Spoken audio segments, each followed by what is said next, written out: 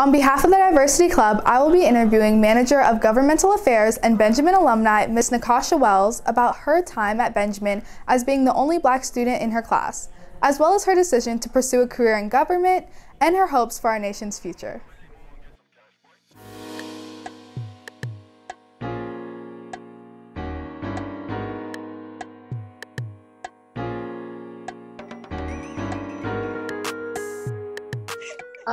So I'll just introduce myself first. My name is Devin Diet. I'm a senior at the Benjamin School.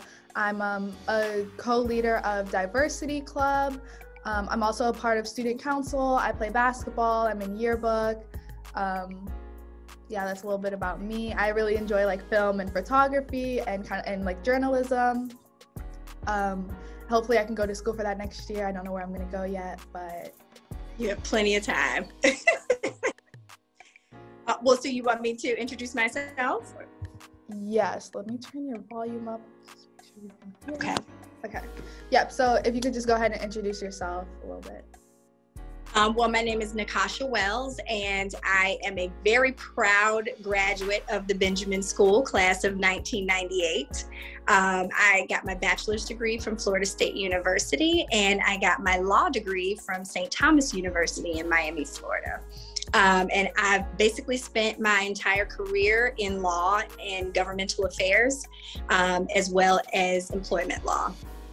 Okay. I applied to FSU. It's one of my top schools actually, and it comes out today, the decisions. Oh my God! Well, that's to you. Yeah, I'll find out soon. How did attending Benjamin prepare you for your career in government and law? Oh my goodness. Well, let's talk first about how Benjamin just prepared me for college. My first semester, so I attended Howard University for 2 years, and then I transferred to Florida State. But both my undergraduate as well as my law school experience was made so much easier by the preparation that I received from the Benjamin School. I cannot tell you, even my freshman year, I was like, this is it, like, that's all they want us to do. It was so easy because I think the preparation at Benjamin was so rigorous. The academic, prep was amazing. And so I really felt like my freshman year of college was a cakewalk. So, all of those, reports that you're writing and books that you're reading and, tests that you're taking at Benjamin, they really do prepare you for college level work like nothing else I've ever seen. And just so you know, I attended Suncoast as well, and I know Suncoast gets all these accolades, for being one of the best high schools in the country. But I will tell you, being able to have attended both and compare the two, I think Benjamin thoroughly prepared me for college. That's great. That's great to hear. So I guess attending Benjamin and then again going on to, you said you went to Howard? Mm-hmm. So for 2 years. That's an HBCU, right? And then you went to Florida State, which is a PWI. I guess, how did being at Benjamin and our diversity here or lack of diversity here, how did that affect you going into the real world? I guess that's kind of a big culture, like as far as like a school environment, that's a big switch going from Benjamin to an HBCU. So how did you kind of go through that process? Oh my goodness. So excellent question. I will tell you, for me, I had a very diverse educational background. So, like I said, I went to Suncoast. So, I was in a very diverse academic environment when I was at Suncoast. And then going to Benjamin, when I was at Benjamin, I was the only African-American student in the entire class of 1998. So that was an experience for sure. I had been in some other academic environments that weren't as diverse, like Benjamin before. So I was kind of used to it. It wasn't as much of a culture shock as, it may have been for some other, students of color. But I will tell you, I always felt embraced at Benjamin. I never felt isolated, maybe because I just was super cool. I'm kidding. But I made really great friends that some are friends to this day. And I will tell you, it's a testament to my experience at Benjamin that, I'm now serving on the Alumni Council. I love the school, and I just wanted to remain involved. I do want to assist Benjamin in continuing its efforts in diversity, because I think we all benefit from diverse environments. We learn so much about each other. We're able to learn more things about other people as well as about ourselves when we are not in these, monolithic environments where everybody looks like us. But I will tell you, you asked me about Howard University. I will say, and now there used to be conversations about whether or not HBCUs thoroughly prepared you for the real world, if you will.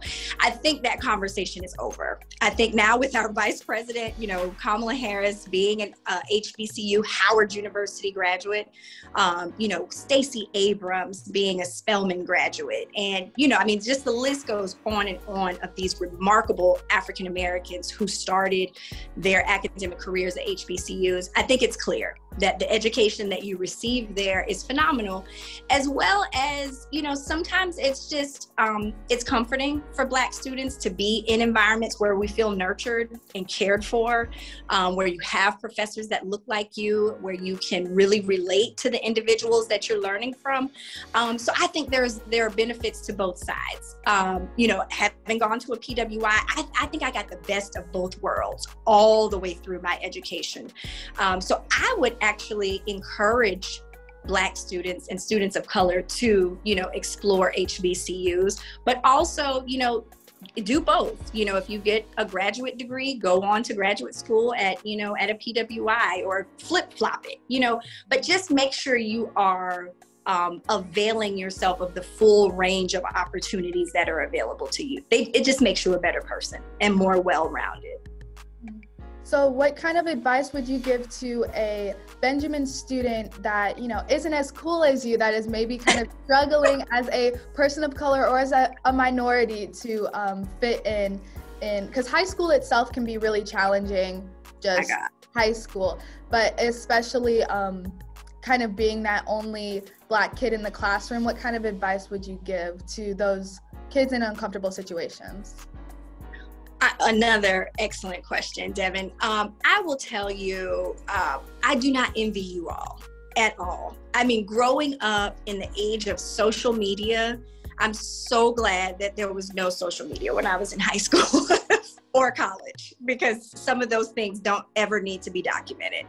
But I will tell you that probably the best piece of advice that I could give a student at Benjamin who may feel somewhat isolated or may feel like, they don't fit in, I would say find a mentor. Find a faculty member, who you can get close to.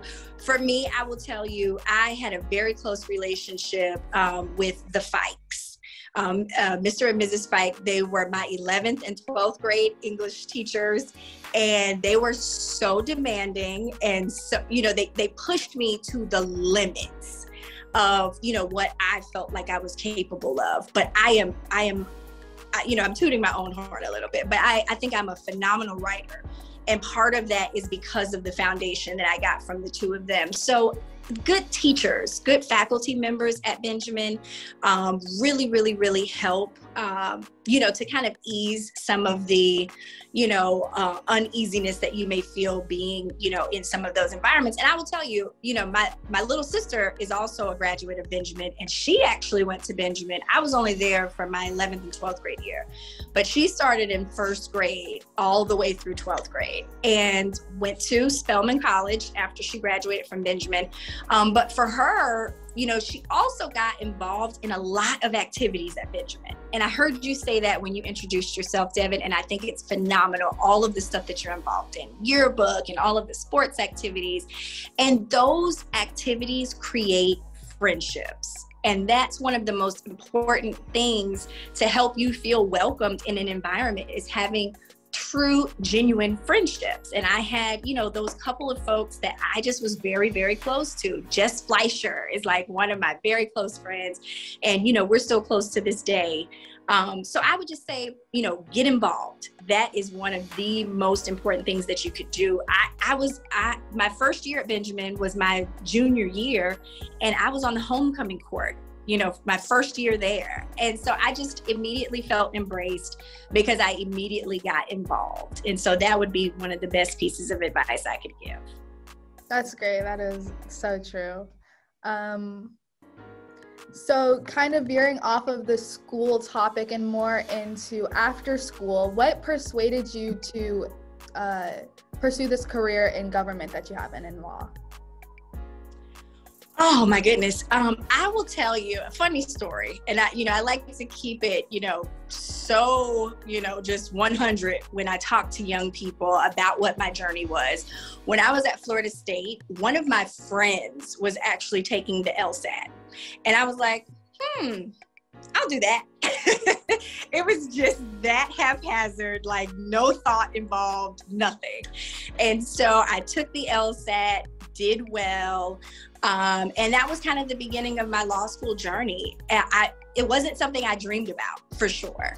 But I said, I like government, I like politics. And then so it just kind of snowballed from there.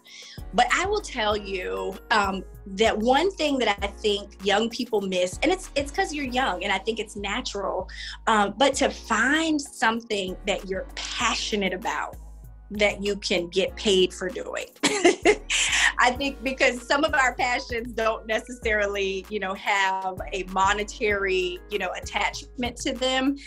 So you have to, still be mindful of the fact that you have to create a living for yourself, but, find something that really, really, really, that you just wake up in the morning and you're like, oh, I can't wait to read about this or do that. And that's how I feel about politics. I've always been passionate about politics, and I just started volunteering on campaigns for free, when I was in undergrad, and that has, snowballed into a career where I'm paid very well for political consulting. So I would just say, find something that truly, truly, truly, you're passionate about, and figure out, find a mentor. I cannot underscore that enough. Find someone who's already doing what you're doing. And if they're a good person, they will want to mentor you. They will want to, they may not have a lot of time, but they will do whatever is in their power to be able to help you to get to their level. And that's what has helped me tremendously in my career. That's great. So what specifically, I guess, do you do in politics, government, kind of?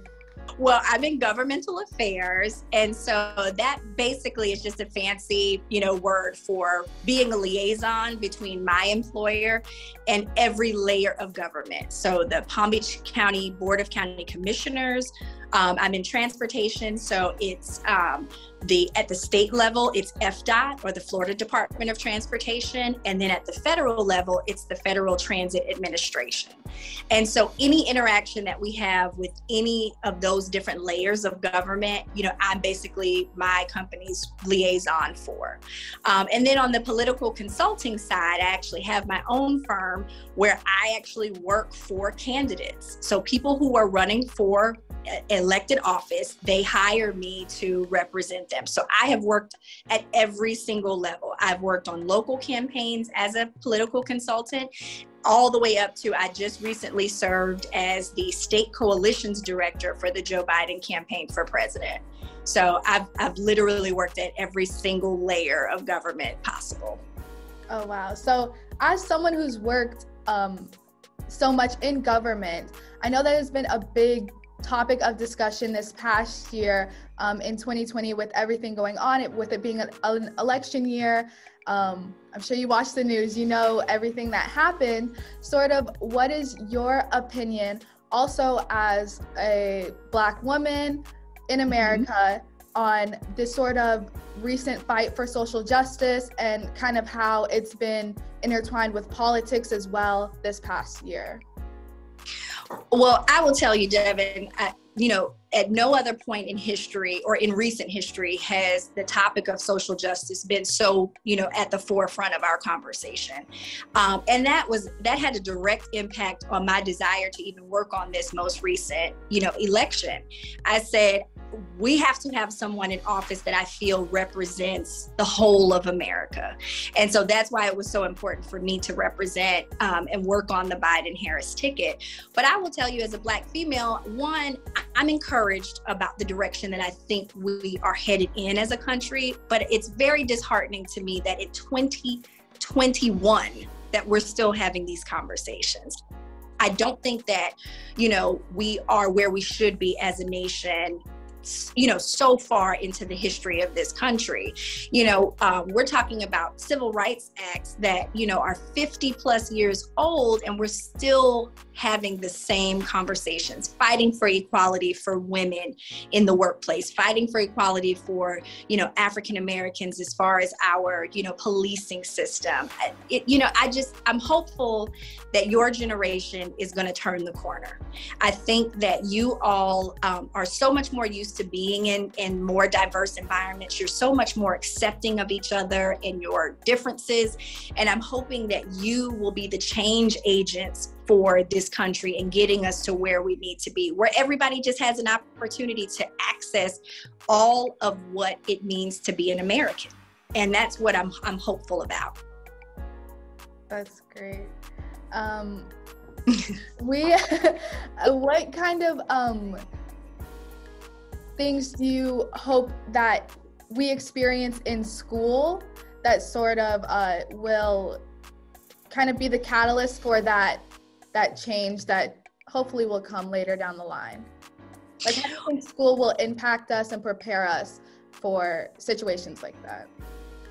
That's a great question. I think one of the things, the way we started the conversation out, just talking about the diversity at Benjamin, or lack thereof, being authentic about this conversation, I think we have to make certain that young people like you are able to be educated in diverse environments. That's where it starts. People misunderstand each other when they don't have a lot of opportunities to interact and engage with one another. If we stay in our own little, cocoon where everybody looks like us, we're not going to we're going to continue to have our biases about what we think about other groups of people. And we're never going to get to that level of understanding of each other, until we interact and engage with one another. And it has to be in authentic environments. So I think at school, faculty have to give students opportunities to sit down and talk to each other about real topics. If you feel like you are being marginalized because you're a student of color at Benjamin, when do you have an opportunity to sit down and really talk about that? Has anybody created a platform for you to be able to really express yourself as a person of color, in an environment that really kind of doesn't have the diversity that may be desired? And so I think creating authentic spaces for having those conversations is essential.